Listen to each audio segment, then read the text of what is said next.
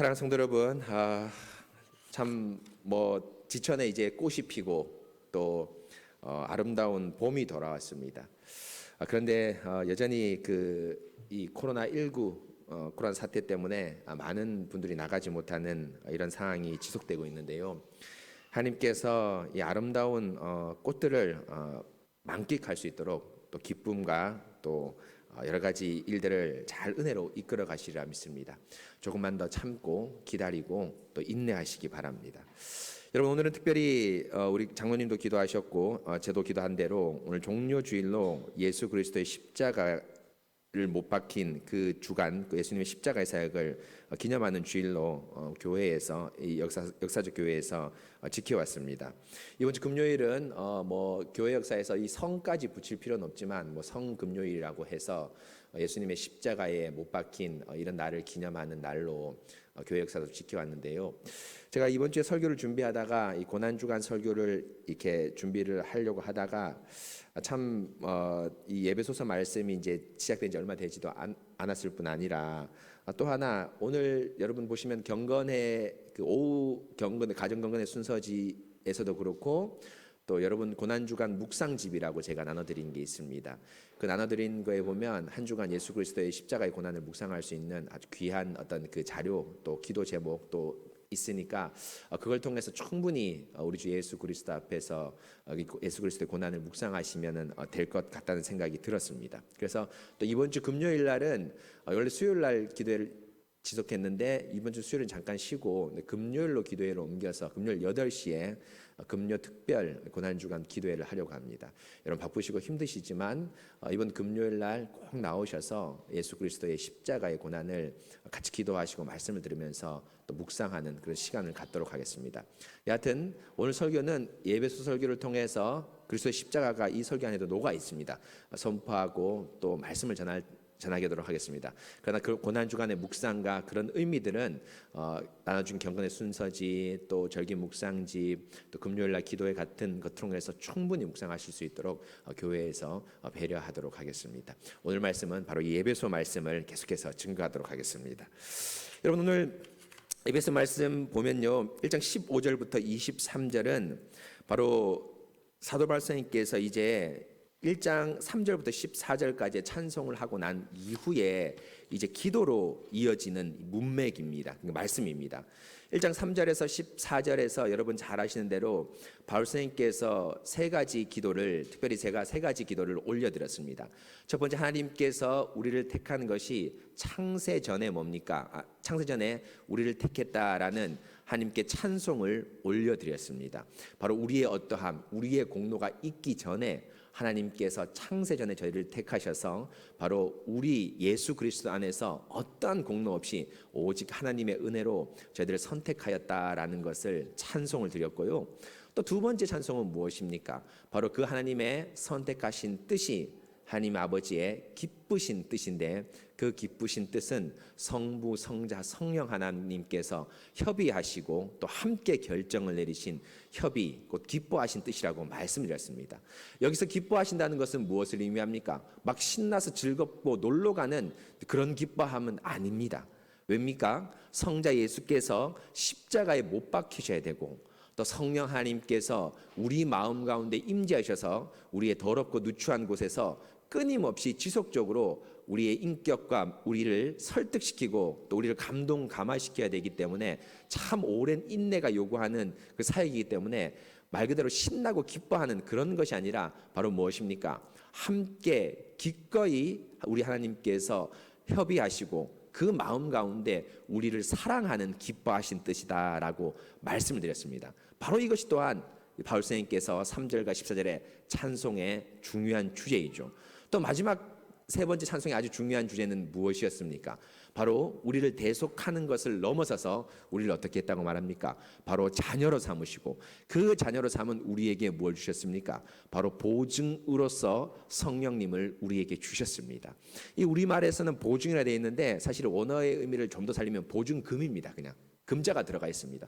돈을 주는 거나 마찬가지로 그 사람들이 그 당시 사람들, 우리도 마찬가지지만 잘 이해했습니다. 뭡니까?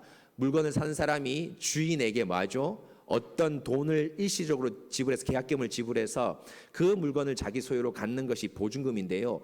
오히려 우리 하나님께서는 거꾸로 되셔서 뭡니까? 하나님께서 우리에게 보증금으로서 성령님을 주셔서 우리가 자녀가 맞고 우리의 구원이 확실하고 변함없다라는 사실을 확증해 주시는 보증금, 보증으로서 성령을 주셨다는 그 은혜를 바울 선생님께서 찬송을 올려드렸습니다.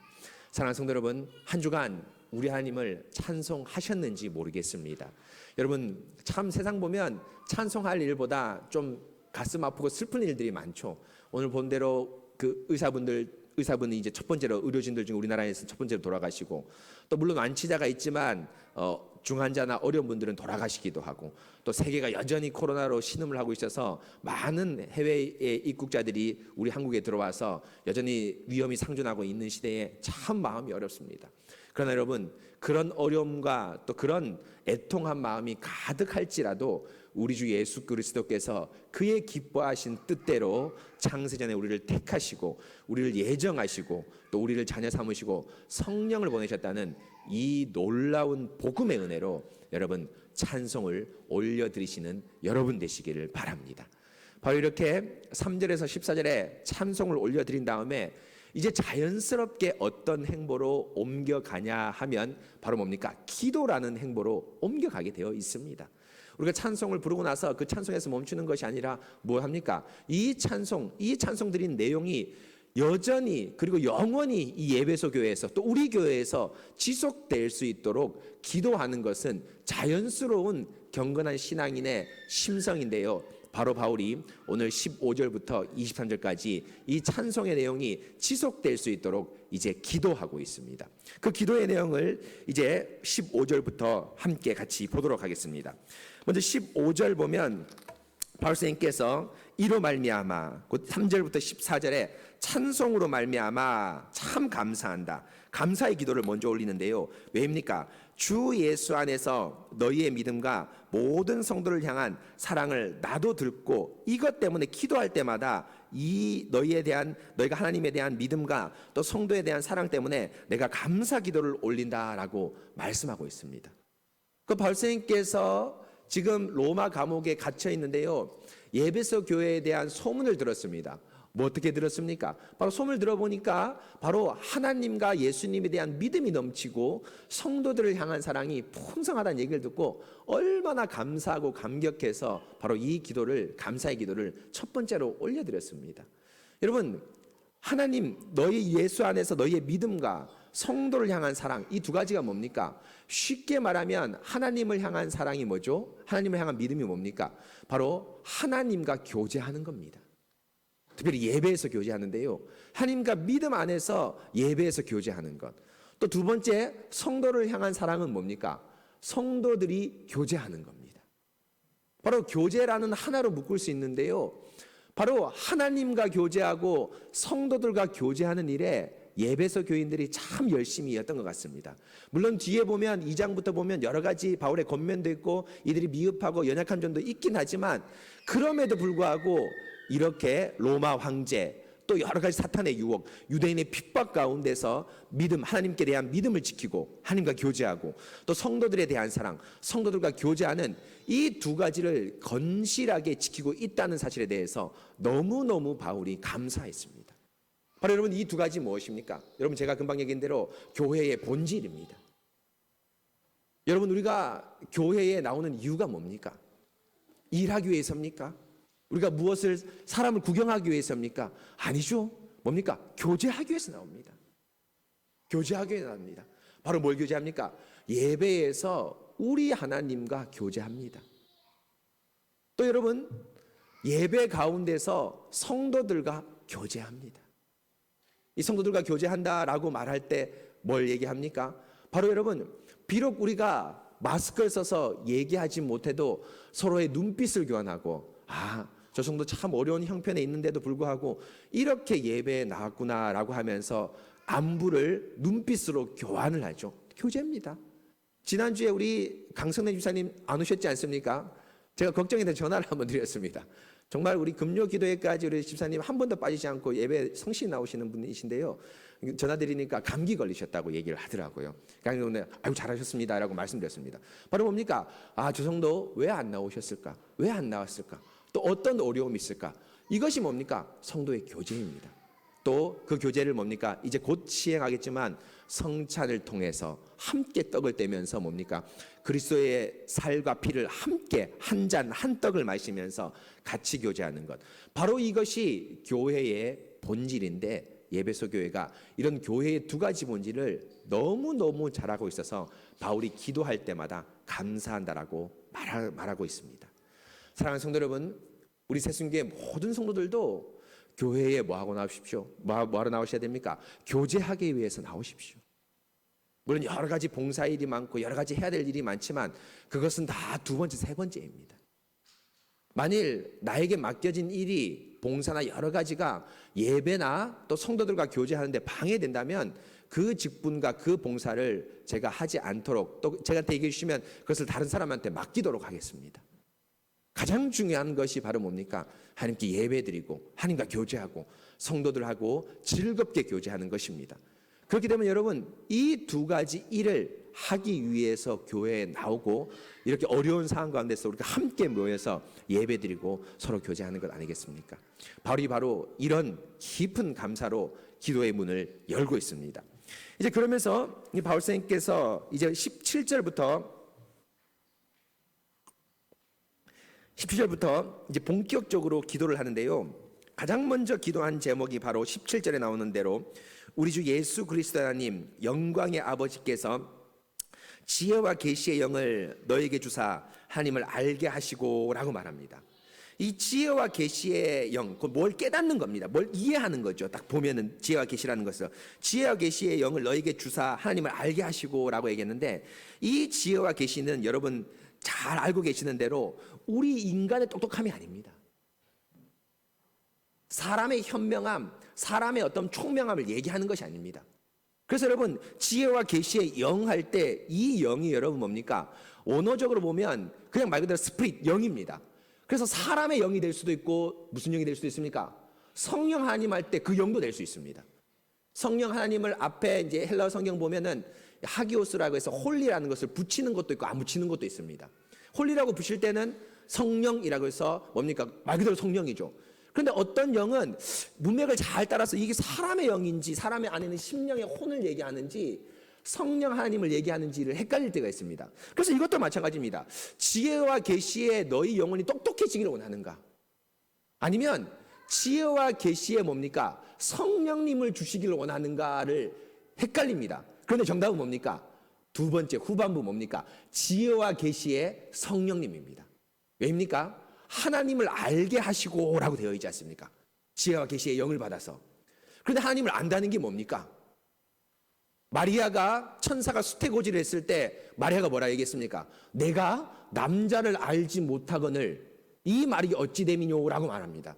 여기서 남자를 안다는 게 뭐를 의미합니까? 남자가 뭡니까? 이렇게 생겼고 근육이 우락부람하고 뭐 이렇게 되는 신체도 생리적 이런 사람을 얘기하는 것이 아닙니다. 내가 남자를 안다는 건 뭡니까? 남자하고 관계를 맺은 것, 그 남자하고 깊은 인격적 관계를 맺은 것, 그것을 모른다는 겁니다. 그것을 하지 않았다는 겁니다. 여기서 하나님을 안다는 건 뭘 얘기합니까? 바로 뭐죠? 하나님을 단순하게 성경 말씀을 잘 이해하는 것을 넘어서서 아니라 바로 뭐죠? 하나님 말씀대로 사는 것. 말씀을 이해하고 말씀을 총명하게 아는 것뿐 아니라 그 말씀대로 깨닫고 하나님 말씀대로 살아가는 것까지 포함하는 겁니다. 그래서 여러분 보십시오. 18절에 보면 지혜와 계시의 영을 받아서 너희 마음의 눈을 밝힌다고 되어 있죠. 여기 마음의 눈을 밝힌다는 게 뭡니까? 우리 입구에 보면 포스트 테네브란스 룩스라고 나와 있는데 뭡니까? 어둠 후의 빛이라는 뜻이거든요. 그런데 그 밑에 보면 사도행전 26장에 근거구절에 있는데 그 눈을 떠서 어둠에서 빛으로, 그 뒤엔 생략되는데 사실 뭐가 있습니까? 사탄에게서, 사단의 권세에서 하나님에게로. 사도행전 26장에 나옵니다. 여기서 마음의 눈을 밝힌다는 것이 뭘 의미합니까? 바로 뭡니까? 우리 안에 죄악을 걷어내는 걸 얘기합니다. 똑똑한 것, 인간의 똑똑함 얘기하는 거 아닙니다. 여러분 어떤 분이 성경을 잘 이해하는지 아십니까? 오늘 메시지를 통해서 10개의 메시지가 선포됐습니다. 그런데 메시지가 복잡하고 어렵기 때문에 그 중에 한 가지만 이해하지 못할 수도 있습니다. 한 가지밖에 이해하지 못할 수도 있습니다. 사람에 따라서 두 가지, 네 가지를 이해할 수 있습니다. 그러나 한 가지를 이해하면 그 말씀대로 열심히 삽니다. 그러면 뭡니까? 하나님께서 그 말씀, 그 사람에게 감동, 감화를 주셔서 하나님을 더 알고 싶은 욕구가 생깁니다. 마음이 생깁니다. 감동이 생깁니다. 그럼 다음 설교 때는 뭡니까? 2개를 알아들었습니다. 그 다음 설교 때는 3개를 알아들었습니다. 여러분 뭡니까? 이런 분들이 신앙이 있으시고 오늘 말한 대로 지혜와 계시의 영을 가지신 분들입니다. 10가지를 다 이해해도 그 말씀대로 그 마음의 눈을 밝히지 못한다면, 하나님을 알지 못한다면 그것은 뭡니까? 성경을 인문학적으로 아는 거에 불과합니다. 성경을 고대의 문서에 아는 거에 불과합니다. 그러나 바울은 그것을 위해 기도한 것이 아닙니다. 뭘 위해 기도했습니까? 지혜와 계시의 성령님을 통해서 하나님을 인격적으로 알고 그분을 순종하게 하시고, 또 우리의 마음의 죄의 눈을 밝게 만들어서 우리가 하나님을 향해 뚜벅뚜벅 순종의 걸음을 나갈 수 있도록 바울 선생님께서 기도를 첫 번째 하였습니다. 이제 이런 기도를 하고 나서 지혜와 계시의 영을 통해서 이제 본격적으로 기도 제목을 얘기하는데요. 이것은 큰 전제이고, 지혜와 계시의 영을 주셔서 우리가 하나님을 깨닫게 하고 하나님을 정말 알게 하는 것이 무엇인가를 이제 18절부터 3가지를 이제 얘기를 하는데요. 기도 제목을 하는데요. 첫 번째는 그 부르심의 소망이 무엇이며 얘기하면서 부르심의 소망을 위해서 먼저 지혜와 계시의 영을 달라고 기도합니다. 여러분, 부르심의 소망이라 얘기했는데 우리가 먼저 부르심을 먼저 알아야 됩니다. 여러분, 부르심은 말 그대로 콜링입니다. 무엇이가라고 하고 부르는 거죠. 그런데 우리 사람이 부르는 것과 하나님이 부르는 것은 다릅니다. 하나님이 부르는 건 뭡니까? 책임 있는 부르심이죠. 사람이 불렀다는 건 뭡니까? 책임을 할 수도 있지만 능력과 권한이 없어서 그 부르심이 뭡니까? 정말 안 좋을 수도 있고, 오히려 악인들이 우리를 부른다면 그 부름을 싫어할 수도 있습니다.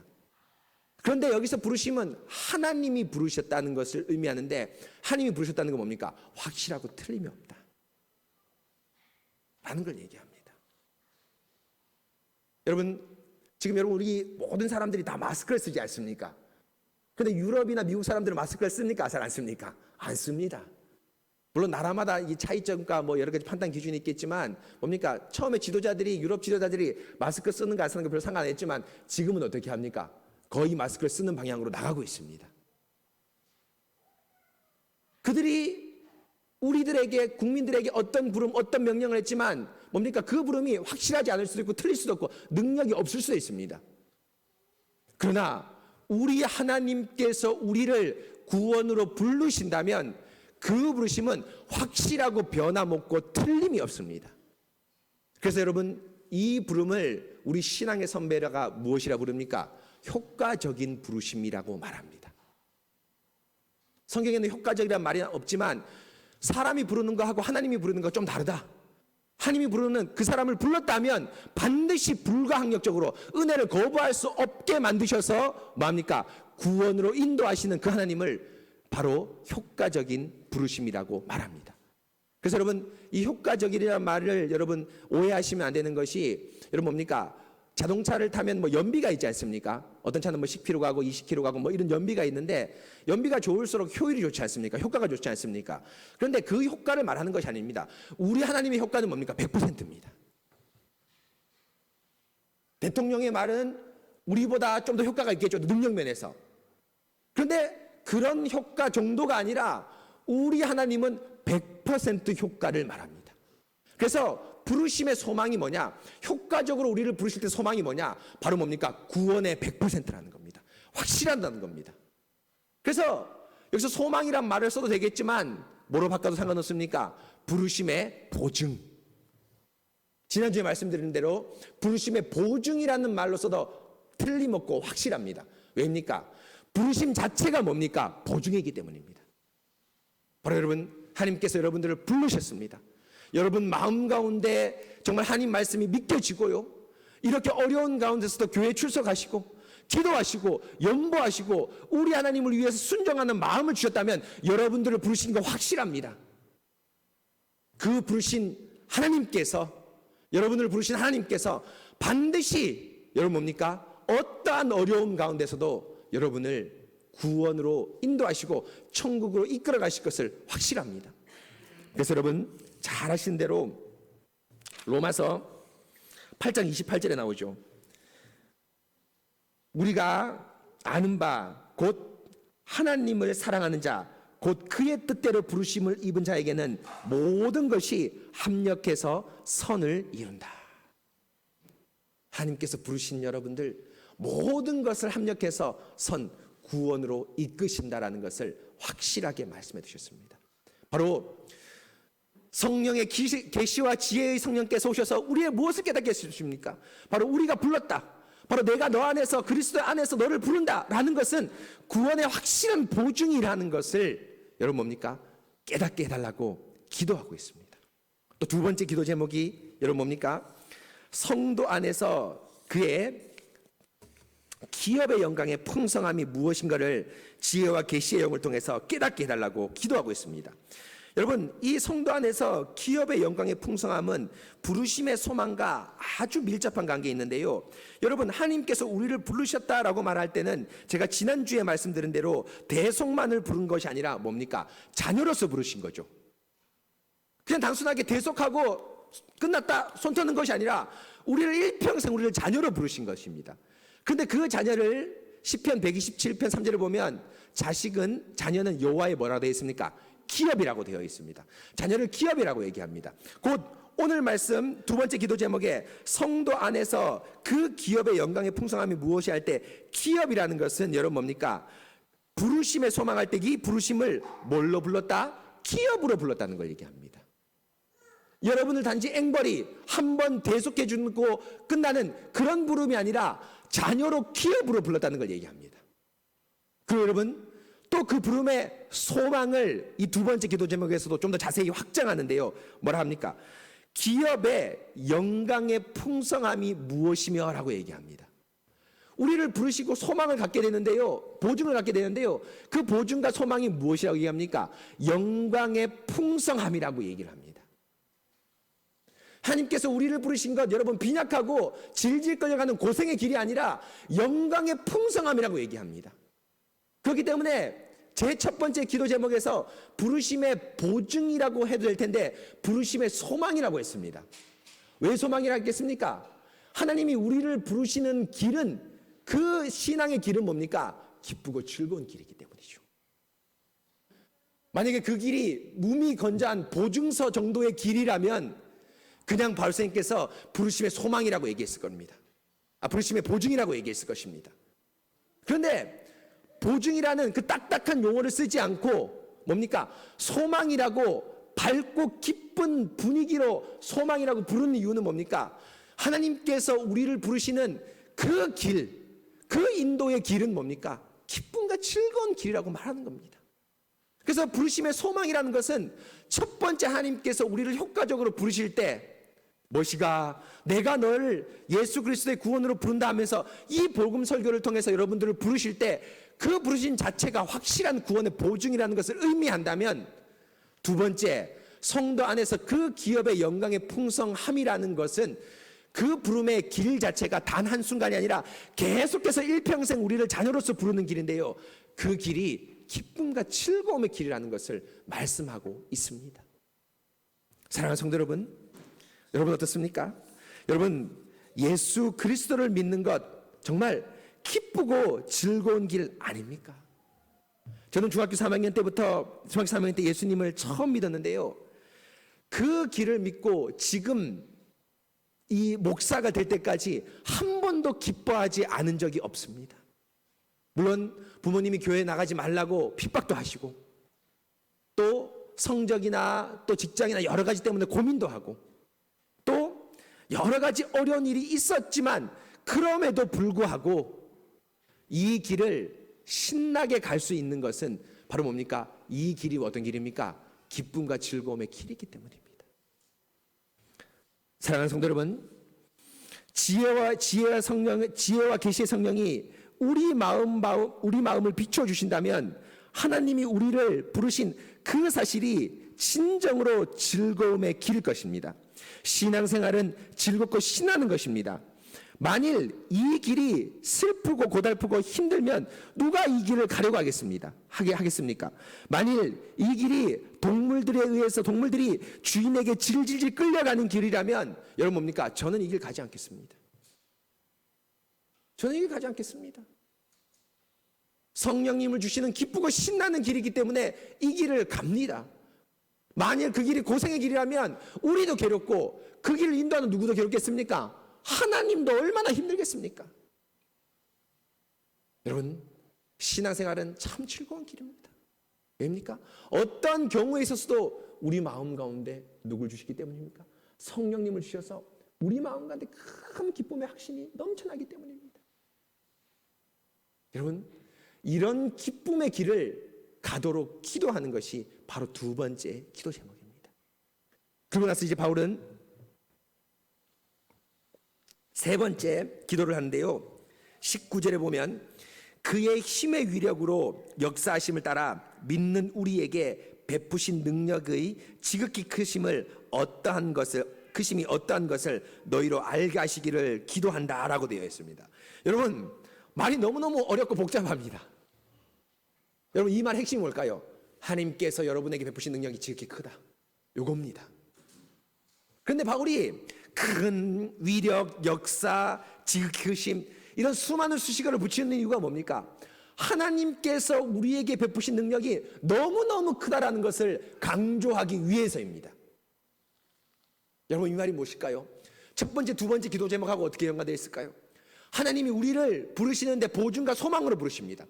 그 길은 여러분 슬프고 어둡고 괴로움의 길이 아니라 즐겁고 행복하고 기쁜 길이라고 하나님께서 말씀하시고 기도하였습니다. 그런데 이 길이 확실한 길이고 기쁨과 즐거움의 길이 되기 위해서는 뭐가 필요합니까? 우리 하나님의 능력이 필요합니다. 우리 하나님의 권세가 필요합니다. 여러분, 요즘엔 그런 경우가 많이 없지만 여러분 뭡니까? 자녀가 제대로 병원에 치료받지 못해서 먼저 부모님보다 먼저 죽는 경우가 있죠. 그럴 때 부모의 마음이 뭡니까? 얼마나 찢어집니까? 얼마나 찢어집니까? 지금도 TV에 보면 여러분 뭐가 나옵니까? 해외에서 입양당해서 뭡니까? 엄마를 찾으고 아빠를 찾으시는 그런 우리 한국에 입양당한 그런 사람들. 또 그저께 뉴스를 보니까 24년째 서울역에서 아들을 잊어버려서 전단지를 나눠주는 경우. 엄마가 화장실이 너무 급해서 요즘 같은 경우에는 화장실에 가보면 아이를 놓을 수 있는 그런 것이 있지 않습니까? 근데 예전에는 그런 것이 없었습니다. 그래서 아이가 갓난아이기 때문에 그 아이를 놓을 데가 없어서 잠시 옆에 있는 사람에게 그 화장실 들어가기 전에 지나간 사람한테 아이를 좀 좀 화장실 갔다 올 동안 지켜주십시오 하고 딱 맡겼는데 화장실 갔다 오니까 아이가 없어진 거예요. 그 아빠 엄마가 24년 동안 미친 듯이 찾아다녔습니다. 지금도 못 찾았습니다. 그래서 그런 부모님들이 항상 하는 말이 뭡니까? 우리 기독교 교리에는 맞지 않지만 이런 얘기합니다. 다음 세상에서는 나 같은 부모 만나지 말고 더 좋은 부모 만나서 행복하게 살아라. 이런 얘기를 합니다. 이럴 때 얼마나 마음이 찢어집니까?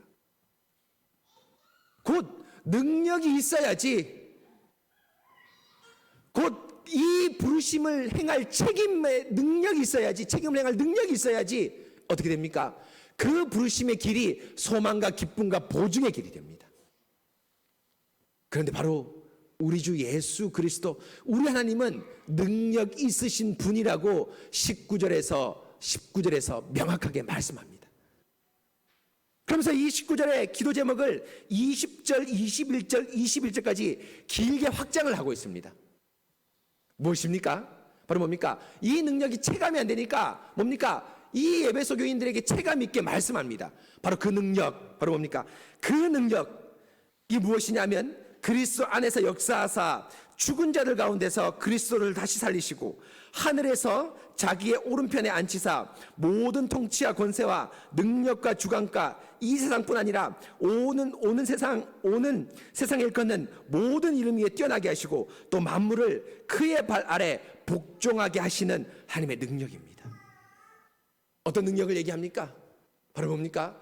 예수 그리스도가 십자가에 돌아가시고 그 돌아가신 예수 그리스도가 부활하시고 승천하시고 좌정하시고 하나님 보좌 우편에서 다스리시는 그 능력을 바로 뭡니까? 너희에게 주셨다는 겁니다. 이 능력 예수님만의 능력이 아니죠. 바로 뭡니까? 예수님의 능력이자 곧 우리를 구원하고 우리를 기쁨과 즐거움의 길로 인도하는 능력입니다. 하나님이 예수님을 이렇게 능력 있게 구원자로 만드셨다면 그 능력을 받으신 예수님, 만유의 주제이고 통치자이신 여러분, 예수님께서 여러분을 어떻게 합니까? 확실하고 변함없게 부르심에 맞게 소망 가운데 기쁨과 즐거움으로 인도하실 것이라는 것을 확실하게 기도하고 말씀하고 있습니다. 사랑하는 성도 여러분, 우리 예수님 능력 있으신 분입니다. 우리 예수님 어떠한 것도 여러분에게 주실 수 있는 분입니다. 바로 그 부르심에 맞게끔 우리 기독교인이 예수님 때문에 품위를 잃지 않도록 여러분에게 모든 것을 주시는 분이 바로 우리 하나님 능력 있으시는 예수 그리스도입니다. 바로 선생님께서 이 세 가지 기도 제목을 간절히 기도했습니다. 지혜와 계시의 성령을 너희에게 달라 하나님 우리에게 주십시오라고 기도했습니다. 왜입니까? 바로 뭡니까? 부르심의 소망이 무엇인가? 하나님께서 우리를 콜링하실 때 복음 설교를 통해서 여러분들을 콜링하실 때 그 콜링 자체가 단번에 끝나는 그냥 대속의 차원이 아니라 영원토록 우리를 구원으로 보증하는 그 확실한 소명이다, 확실한 부르심이라는 것을 확신을 갖고, 또 두 번째 그 부르심이 단순하게 대속 또 가난과 고난의 길, 어려움과 힘듦의 길이 아니라 성도의 기업의 영광의 풍성이 무엇인지, 바로 그 길이 얼마나 기쁘고 신나는 길인지, 우리 주 예수 그리스도에서 정말 우리를 자녀를 사슴과 같이 정말 기쁜 마음으로 뛰어가게 하는 기쁨의 길인지, 인생의 길이 얼마나 즐거운 길인지를 알게 하는 기쁨의 길인지를 깨닫게 하도록 기도합니다. 또 마지막 세 번째, 이 첫 번째, 두 번째 기도 제목을 능히 이루실 우리 하나님은 능력 있는 하나님입니다. 그 하나님이 능력이 있다는 것을 깨닫게 해주시옵소서. 능력 없어서 여기저기 기웃기웃하지 말게 하시고 오직 하나님의 능력만을 믿고 나갈 수 있도록 기도하게 해주십시오라고 발생께서 기도하고 있습니다. 바로 이 세 가지를 발생께서 지금 간절히 기도하고 있습니다. 그런데 성도 여러분, 오늘 말씀에서 이제 아주 중요한 부분이 나오는데요, 22절 끝에 보시면 나옵니다. 그를 만물 위의 교회의 머리로 삼았다라고 되어 있습니다. 그래서 여러분 여기 보면 그를 만물 위의 교회의 머리로 삼았다는데 이렇게 번역해야 되지만 다르게 번역하면 NIV 번역 같은 경우는 그를 만물 위의 교회를 위한 머리로 삼았다 이렇게 되어 있습니다. 교회를 위한 머리로 삼았다 되어 있습니다. 그런데 만물 위의 머리로 삼는 건 뭡니까? 이전에 20절에서부터 시작되는 21절까지 예수님의 만유의 통치자를 된 겁니다. 만유의 통치자가 된 것이 만물 위의 머리가 된 겁니다. 그런데 그 예수님이 만물 위의 머리가 되었는데요, 왜 머리가 되었습니까? 교회를 위해서 머리가 되어 있다고 되어 있습니다. 그런데 여러분 여기서 아주 특이한 것이 나옵니다. 예수님께서 만물의 머리, 만물의 통치자, 만유의 주제가 되시는데요, 너희를 위한 머리가 됐다라고 할 수도 있는데 너희를 위한 머리가 되지 않고 뭐를 위한 머리가 되었다고 나옵니까? 교회를 위한 머리가 되었다고 나옵니다. 이전 앞에 보면 뭐가 나옵니까? 다 너희, 우리 하면서 뭡니까? 너희, 우리를 얘기합니다. 그런데 바울 선생님께서 이 에베소 교인이 이런 기도 제목으로 너희 하나님께 기도하라라고 얘기했고, 이런 복을 너희에게 주시기를, 너희가 이런 복이 있다는 것을 깨닫게 하기 위해서 알게 하기를 원한다고 너희를 위해서 기도하고 있습니다. 앞에서 너희, 우리라고 이렇게 얘기했는데 이 마지막에 기도할 때 너희가 아니라 그 너희에서 뭘로 바꿉니까? 교회라고 바꾸고 있습니다. 왜입니까? 아주 중요한 의미가 있습니다. 바로 뭡니까? 이런 복, 삼위 하나님께서 우리를 부르심의 소망 가운데 두시고 우리를 소망 가운데 기쁨과 영광의 길을 걷게 하시고 능력이 있으셔서 우리에게 많은 하나님의 은혜를 결코 탈락하지 않고 윤택하고 풍성하게 인도하시는 그 길은 신자 개인에게 주신 것이 아니라 누구에게 주셨습니까? 교회에게 주셨다는 것을 말씀하고 있습니다. 무엇입니까? 성도 여러분, 구원은 개인이 받습니까? 아닙니다. 구원은 개인이 받지 않습니다. 구원은 누가 받습니까? 교회가 받습니다. 여러분, 어리둥절하죠? 내가 천국 믿고 구원 가는 게 아닌가? 라고 하는데 이건 착각입니다. 현대 서구 학문이 개인주의 분화가 되었기 때문에 여러분 뭡니까? 개인이 구원받고 교회 떠나서 개인이 신앙생활하면 구원받을 수도 있을 것 같지만 비정상적인, 심지어 반기독교적인 생각입니다. 이건 첫사람 아담과 하와의 창조를 보면 알 수가 있습니다. 여러분, 하나님께서 아담과 하와를 창조하실 때 여러분 뭡니까? 아담을 만들어 놓고 아담이 조금 뭔가 모자르고 좀 어설프니까 나중에 하와를 만든 게 아니죠. 창세기 여러분 뭡니까? 1장 27절 잘 안 나옵니다. 하나님이 자기 형상 곧 하나님의 형상대로 사람을 창조하시되 남자와 여자로 창조하시고 라고 되어 있습니다. 하나님을 남자와 여자로 창조하신다는 게 처음부터 계획에 있었습니다. 그래서 남자를 창조하고 여자를 창조했습니다. 그런데 여러분, 왜 남자와 여자를 창조하셨을까요? 왜 남자와 여자를 창조하셨을까요? 바로 뭡니까? 바로 이 남자와 여자는 뭐기 때문입니까? 교회이기 때문입니다. 그렇기 때문에 하나님께서 선악과를 먹지 말라는 그 말씀을 뭡니까? 아담과 하와 개인에게 주지 않고 누구에게만 줬습니까? 아담한테만 줬습니다. 하와는 이 말씀을 누구한테 들었습니까? 창세기 1장 우리 하이델베르크 제가 여러 번 말씀드린 대로 누구한테 들었습니까? 아담을 통해 직분자 목사인 아담을 통해 들었습니다. 이것을 사도 바울 선생님께서 디모데 전서 2장에서 아주 명확히 말했습니다. 그 말씀에 이렇게 나옵니다. 2장 14절 15절을 보면 이렇게 나옵니다. 여자는 가르치는 것과 남자를 주관하는 것을 허락하지 않는다고 되어 있습니다. 이게 무슨 말일까요? 가부장적인 생각일까요? 그렇지 않죠. 여러분 뭡니까? 여자가 남자를 주관하는 것과 가르치는 것과 남자를 주관하는 것을 허락하지 않는다라고 얘기하는데 이 말씀이 어떤 의미입니까? 교회 안에서 공적인 직분으로 자매가 나가지 못하는 것을 말합니다. 바로 이 한 구절 때문에 여러분 뭡니까? 세상의 모든 교회들이 다 여자 목사를 세우고 여자 장로를 세우고 여자 집사를 세우지만 정통 교회는 여자 목사, 장로, 집사를 세우지 않습니다. 이 말씀이 그 당시의 말씀이 아니라 지금도 여전히 유효한 하나님 말씀을 제가 믿고 있기 때문입니다. 그런데 이것을 바울이 이렇게 해놓고 책임 없이 던진 것이 아니라 근거를 달아놨습니다. 뭘 달아놨습니까? 그 다음에 보면 뭐가 나옵니까? 이유는 뭐라 되냐면 아담이 먼저 지음을 받고 여자가 나중에 지음을 받았다 이렇게 되어 있습니다. 이거는 죄짓기 이전입니다. 바울선생님께서 계시를 밝히 비춰줬습니다. 지혜와 계시의 영으로 말미암아 밝히 비춰줬습니다. 왜 동시에 짓지 않았나? 우리 하나님께서 원하시면 어떻게 할 수 있습니까? 동시에 짜잔 할 수 있죠. 또 누구를 먼저 지을 수 있습니까? 여자를 먼저 지을 수 있죠. 그런데 하나님께서 남자를 먼저 지었습니다. 그리고 그 후에 여자를 지었습니다. 이건 뭘 얘기합니까? 바로 남자가 직분자라는 것을 바울선생님께서 인지하고 있습니다. 그렇기 때문에 여자가 가르치는 것과 남자를 주관하는 것을 허락하지 않는다라고 되어 있습니다. 여자가 여러분 전혀 교회에서 가르치지 못하는 것은 아닙니다. 디모데전서 똑같은 이 디모데전서의 말씀에 뭐가 나옵니까? 늙은 여자는 젊은 여자를 가르쳐라 이렇게 되어 있습니다. 우리 권사님, 우리 집사님은 젊은 우리 아가씨들, 젊은 우리 갓 결혼을 한 이 지금 아이를 키우고 있는 이 우리 여인들을 가르칠 책임이 있습니다. 가르치지 말라는 거 아닙니다. 집에 가면 여러분 어머니가 자식을 가르칩니까 안 가르칩니까? 가르칩니다. 제가 말씀드리지 않습니까? 부부가 결혼할 때 그 결혼식이 뭡니까? 남편은 뭡니까? 목사 인직식입니다. 당신 결혼 단순히 결혼이 아닙니다. 목사 인직식입니다. 또 아내는 뭡니까?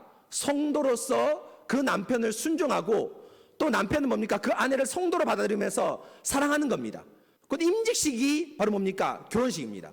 그런데 결혼하고 아이를 딱 낳으면 어떻게 됩니까? 그 아이가 성도가 되고 이 아내분, 여자분은 뭡니까? 즉시 당회를 구성해서 당회원이 되는 겁니다. 당회원이 되는 거죠.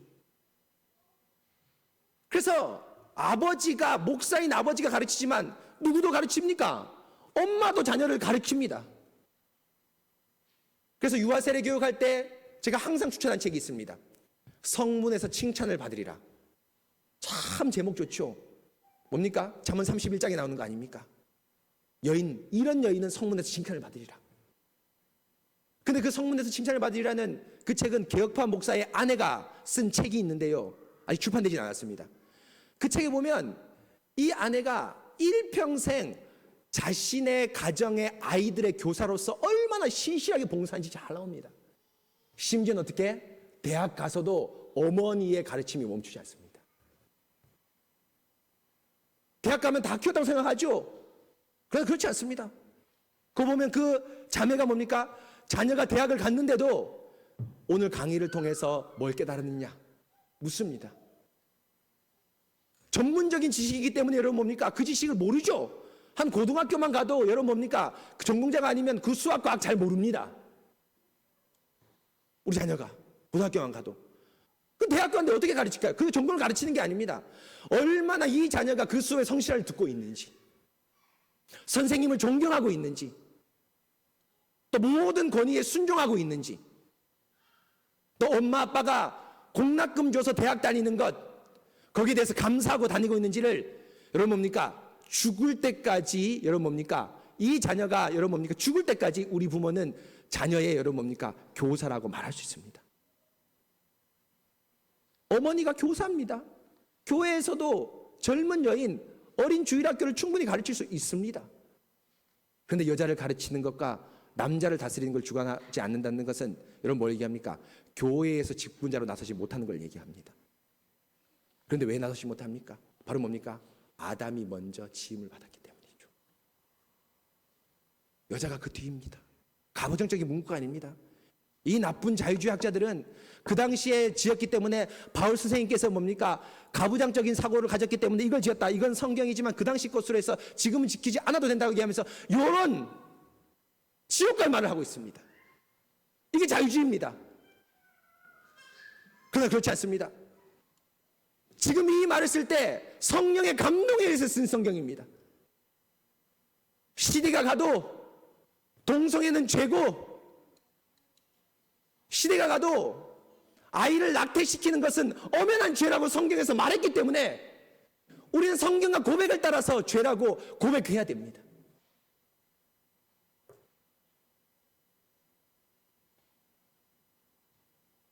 바로 여러분, 처음 사람을 지을 때 하나님께서 아담 짓고 하와 짓고 아담에게 구원 주고 하와에게 구원 준 것이 아닙니다.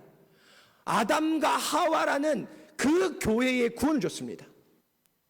아담이 말씀을 성실하게 가르칠 때 거기에 구원이 있고 하와는 그 말씀을 순종할 때 구원이 있습니다. 여러분 부부가 아닙니다. 물론 부부이지만 부부보다 더 본질된 게 여러분 교회입니다. 그렇기 때문에 보십시오 여러분. 아담이 말씀을 성실하게 지도하지 못했죠. 그렇기 때문에 하와가 어떻게 했습니까? 말씀을 지키지 않았지 않습니까? 또 여러분 하와가 아담의 말에 순종하지 않았죠. 그렇기 때문에 뭡니까? 선악과를 먹었지 않습니까? 그런데 여러분 이 두 부부가 여러분 깨졌습니다. 하나님께서 진노의 심판을 받습니다. 그런데 여러분 뭐가 심판받습니까?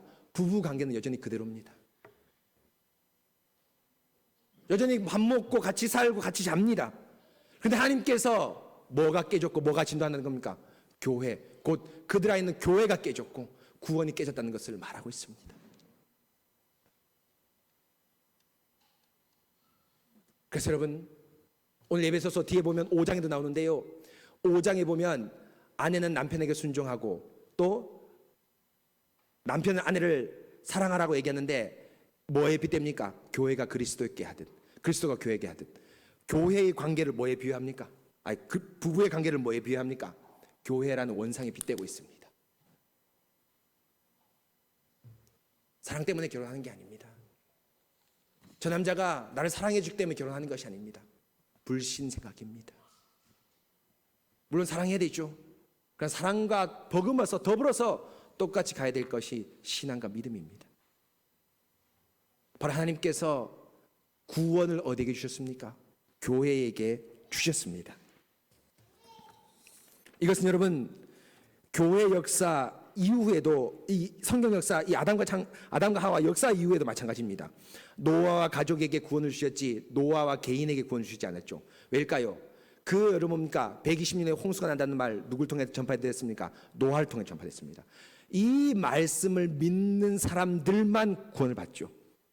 바로 그 노아의 방주의 교회 안에 들어온 사람들. 또 아브라함과 이삭, 야곱, 구약 이스라엘도 마찬가지입니다. 이런 뭡니까? 아브라함 휘하에 있는 사람에게 구원을 얻지 개인에게 구원을 주는 것이 아닙니다. 물론 여러분 라합이라는 특별한 사람이 있습니다. 라합은 여러분 이스라엘 밖에 있었죠. 그런데 라합도 교회의 성도입니다. 왜입니까? 내가 너희 하나님을 들으니 상처나지의 하나님이고 정신이 깜짝깜짝 놀랄만한 하나님입니다. 왜냐하면 이 땅을 누구에게 주셨다? 너에게 주셨다. 이스라엘에게 주셨다 합니다. 그런데 너에게 이 땅을 이스라엘에게 주셨다는 이 말은 어디에 선포된 말씀입니까? 이스라엘 교회에게 선포됐는데 이 말씀이 흘러서 누구에게까지 들어갔습니까? 라합까지 들어갔습니다. 그럼 뭡니까? 라합은 간접적인 교회의 성도입니다. 바로 이것이 여러분 전도죠. 전도입니다. 바로 생명은 이 교회의 강단의 말씀에서 나옵니다. 이 강단의 말씀을 가지고 여러분들이 뭡니까? 전도하는 겁니다. 바로 이것이 교회의 본질이자 우리 하나님께서 결코 구원을 개인에게 주지 않고 교회에게 주셨다고 말씀하는 겁니다. 그래서 여러분 보십시다. 23절에 보시면 더 명확하게 나옵니다. 23절에 우리 다 같이 23절 한번 읽어볼까요? 시작.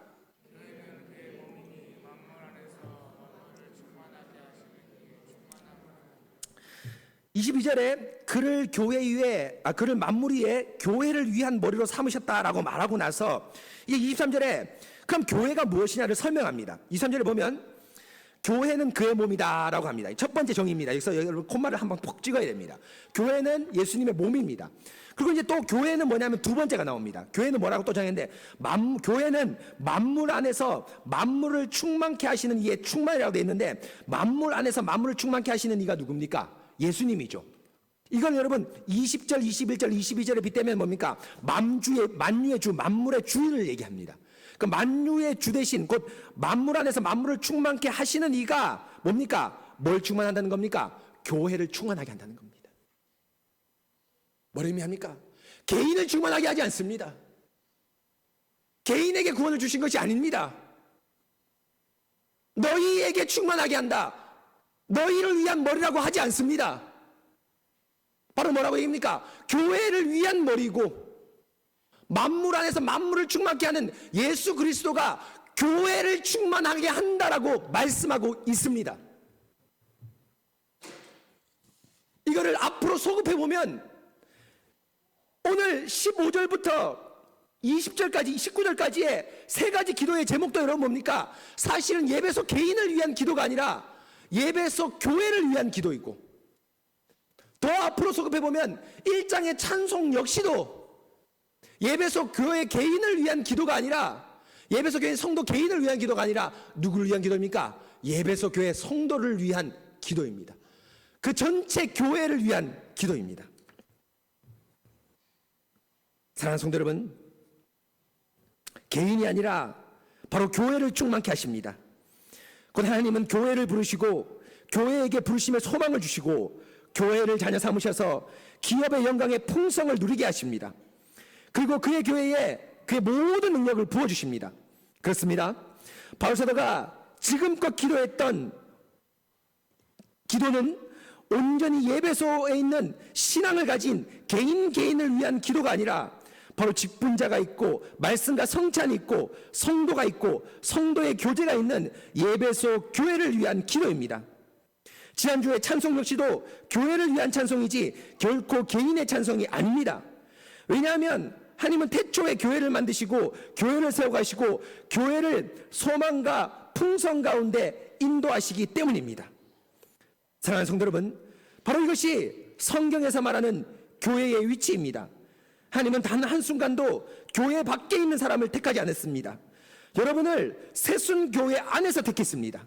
여러분을 구원하실 때 하나님의 계획은 처음부터 여러분을 새순교회의 성도로 택하셔서 새순교회의 성도로서 자라게 하시고 새순교회 가운데 하나님을 부름을 받게 하였습니다.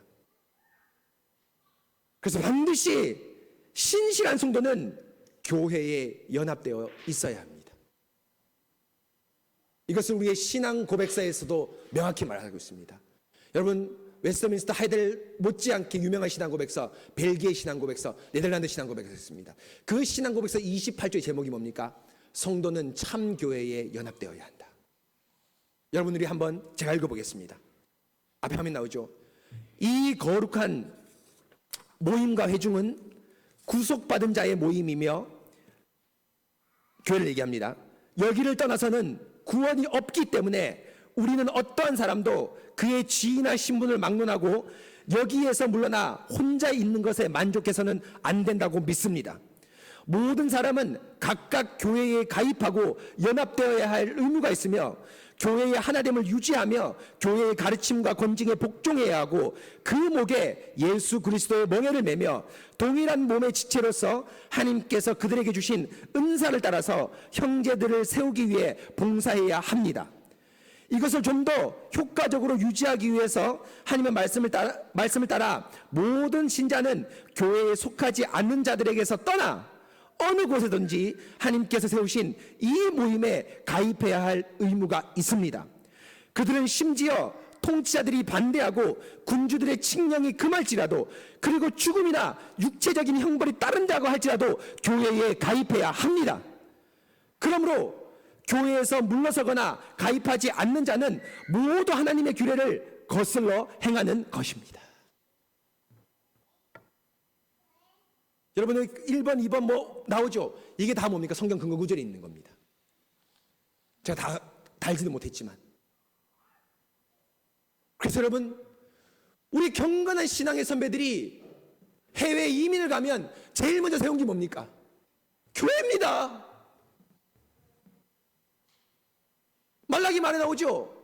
하나님의 성전이 이렇게 황폐하였는데 너희가 완벽한 집에 거하는 것이 가하냐? 이게 예배당 좀 지어도 이렇게 얘기하는 하나님의 애원이 아닙니다. 너희가 이 척박한 이스라엘 땅에 다시 돌아왔다면, 미국의 청교도들이, 영국의 청교도들이 미국에 건너갔을 때 그 척박한 땅에서 다시 밭을 일구려면, 다시 자녀를 키우려면 뭘 해야 됩니까? 교회를 먼저 세우는 것입니다. 청교도들이 첫 해에 넘어가서 교회를 세우고 그 인구의 3분의 1인가요? 2분의 1이 겨울 추위 때문에 죽었습니다. 왜 죽었습니까? 집을 제대로 짓지 못하기 때문입니다. 교회를 짓고 집을 짓을 시간이 없어서 겨울이 닥쳐왔습니다. 그리고 여러분, 교회를 짓고 나서 또 뭘 지었습니까? 집을 먼저 지은 게 아닙니다. 청교도를 보면 뭘 지었습니까? 신학교를 먼저 지었습니다. 학교죠. 그 학교가 뭔지 아십니까? 여러분이 알고 있는 학교입니다. 하버드 대학, 옥스퍼드 대학, 옥스퍼드 영국에 있죠. 프린스턴 뭡니까? 예일 대학 다 뭡니까? 신학교였습니다. 프린스턴 신학교, 하버드 신학교, 예일 신학교였습니다. 이 신학을 가르치기 위해서 교양으로 가르친 게 지금의 유니버시티 대학이 된 겁니다. 우리 고려대학, 우리 신학대학원도 마찬가지죠. 처음에 고려 신학교를 만들고 이 신학교의 학생들을 좀 더 교양을 갖추기 위해서 만든 대학교 뭡니까? 칼빈 학교입니다. 그 칼빈 학교가 지금 뭐가 되었습니까? 고신대학교가 됐죠. 그 신학교가 지금 천안의 고려 신학대학원입니다. 왜입니까? 성도들은 이 교회를 떠나서 생명을 유지할 수 없기 때문입니다. 그렇습니다. 우리 각 사람은 교회에 가입되어야 할 의무가 있습니다. 이것은 호적하듯이 그런 의무가 아니라 우리의 생명과 직결되어 있습니다.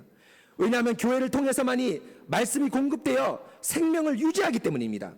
설교를 책이나 방송을 통해 들을 수 있다고요? 그렇지 않습니다. 그것은 설교문, 설교책, 설교 파일을 듣는 것이지 설교를 듣는 것이 아닙니다. 왜냐하면 지금 이 자리에서 들어야 합니다. 그리고 저와 눈빛을 마주쳐야지, 그 눈빛을 마주칠 때 우리 하나님께서 여러분들을 신방하십니다. 여러분 맞지 않습니까? 여러분하고 저하고 예배당에 나와서 한마디도 얘기하지 않아도 제가 눈빛을 마주치면서 설교를 듣는 모습을 보면서 여러분들은 지금 뭐 하고 있습니까? 신방하고 있습니다. 우리 하나님이 여러분들을 신방하고 있습니다. 온라인 예배, 가정 예배 가능하지 않습니다.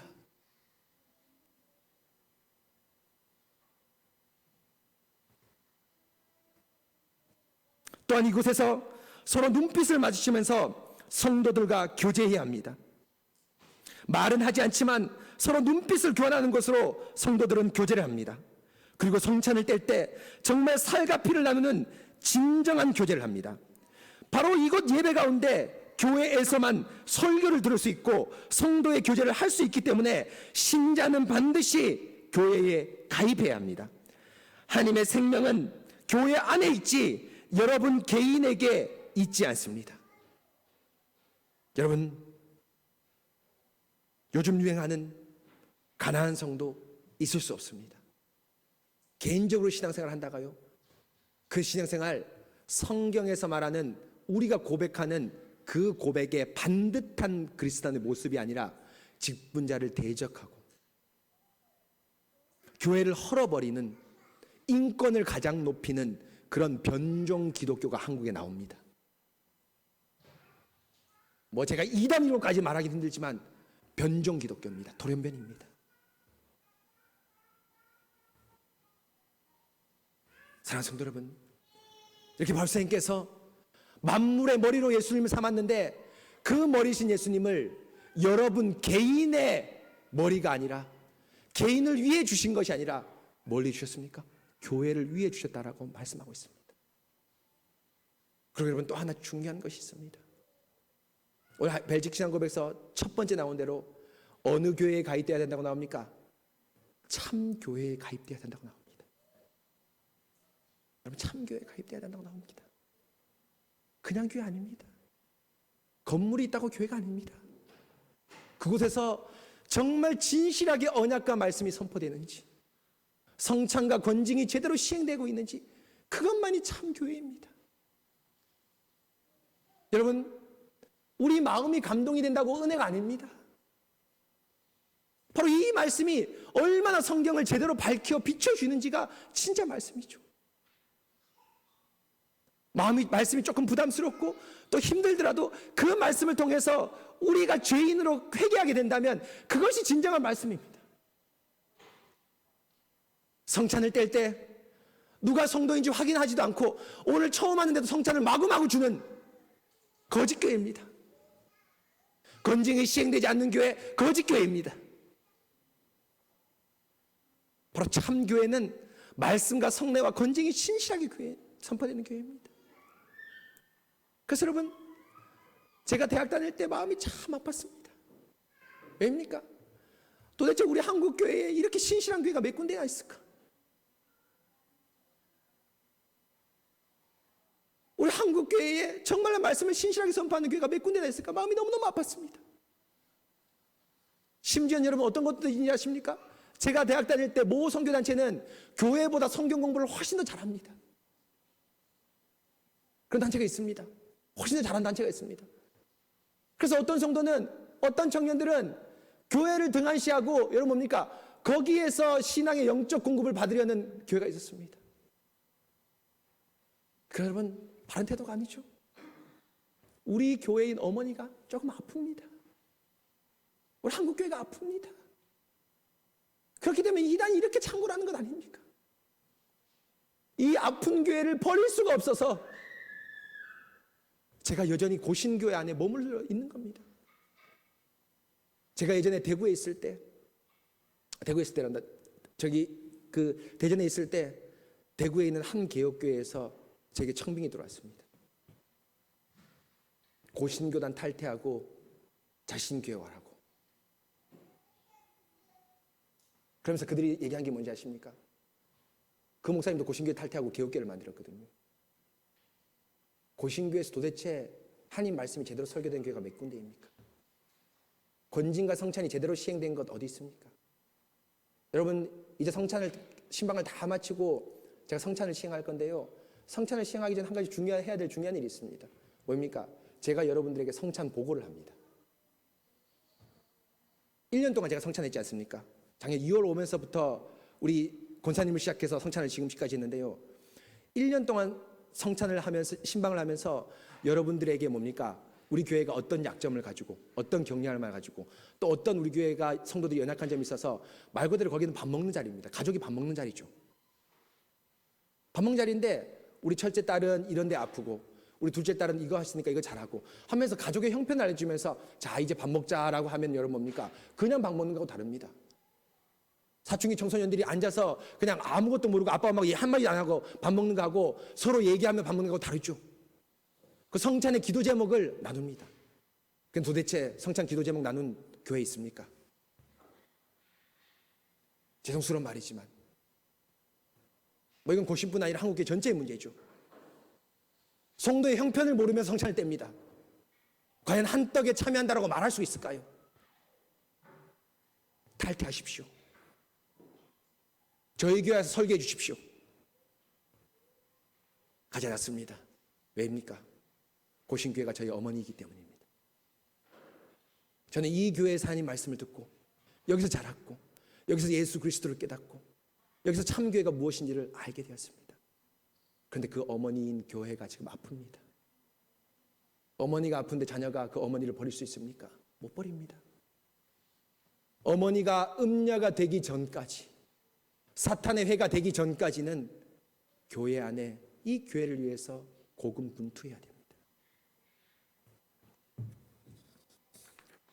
사랑하는 새순교 성도 여러분, 이렇게 우리는 오늘 단지 구원의 풍성함, 우리 주 예수 그리스도 안에 풍성함을 배우는 것을 넘어서서 참된 교회 안에 예수 그리스도가 있다는 사실을 배웠습니다. 교회는 결코 없어지지 않습니다. 교회는 하나님의 예정에 기초하고 있기 때문에 지난주에 선포한 대로 교회는 결코 없어지지 않습니다. 그렇기 때문에 이 예정에 기초한 교회 안에 우리가 즉각적으로 가입하고 깊이 들어와야 될 것입니다. 여러분, 교회 주위에 맴도는 떠도는 그냥 예배만 나오는 그런 성도 되지 마십시오. 이 어머니인 교회 안에 깊이 들어오십시오. 봉사하십시오. 기도하십시오. 서로 나누시고 교제하십시오. 여러분, 제가 구역장에게 기도 제목 알려달라고 여러분 지난주에 말씀드렸지 않습니까? 모든 구역이 잘하고 있습니다. 근데 여러분, 거기서 우리 한 걸음 더 나가서 정말 우리 구역이, 우리 교회가 가족이라고 느껴져야 됩니다. 내가 어려울 때 다른 사람에게 부탁하지 못해도 우리 구역장에게 기도 제목은 부탁해야지. 우리 장로님 목사님에게 기도 제목 부탁해야지. 그게 교회 아닙니까? 겉으로 맴돌면서 여기서 열매만 따먹는 그런 교인 되지 마십시오. 잘 차려진 밥상에 밥만 얻어먹고 똥 나가는 그런 교회 되지 마시고 함께 같이 밥을 차립시다. 함께 같이 말씀을 준비합시다. 함께 같이 기도합시다. 이것이 진짜 참교회에 연합되는 겁니다.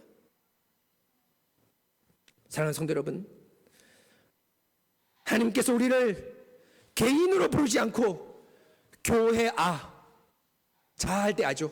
교회아, 새순교회의 새순교회 성도로 우리들을 불러주셨습니다. 그렇기 때문에 여러분, 교회아로서의 성실한 행보를 하시기 바랍니다. 여러분, 정말 하나님께서 우리에게 구원을 주셨다, 교회에게 구원을 주셨다, 이 사실을 잊지 마시고 참 교회 안에 연합되어서 예배 가운데 더욱 깊숙이 들어오고 성도의 교제 가운데 더욱 깊숙이 들어와서 참된 교회를 이루시고 그 교회에게 베푸신 구원을 참되게 누리시는 여러분 되시기 바랍니다. 모든 사람들이 교회 주의를 기웃기웃거리고 교회를 도구로 생각할 때 교회를 어머니로 삼고 교회 안에서 안식과 기쁨과 평안을 누리시는 새순교회 성도 여러분 되시기를 바랍니다. 여러분 이 시간 함께 같이 기도하도록 하겠습니다.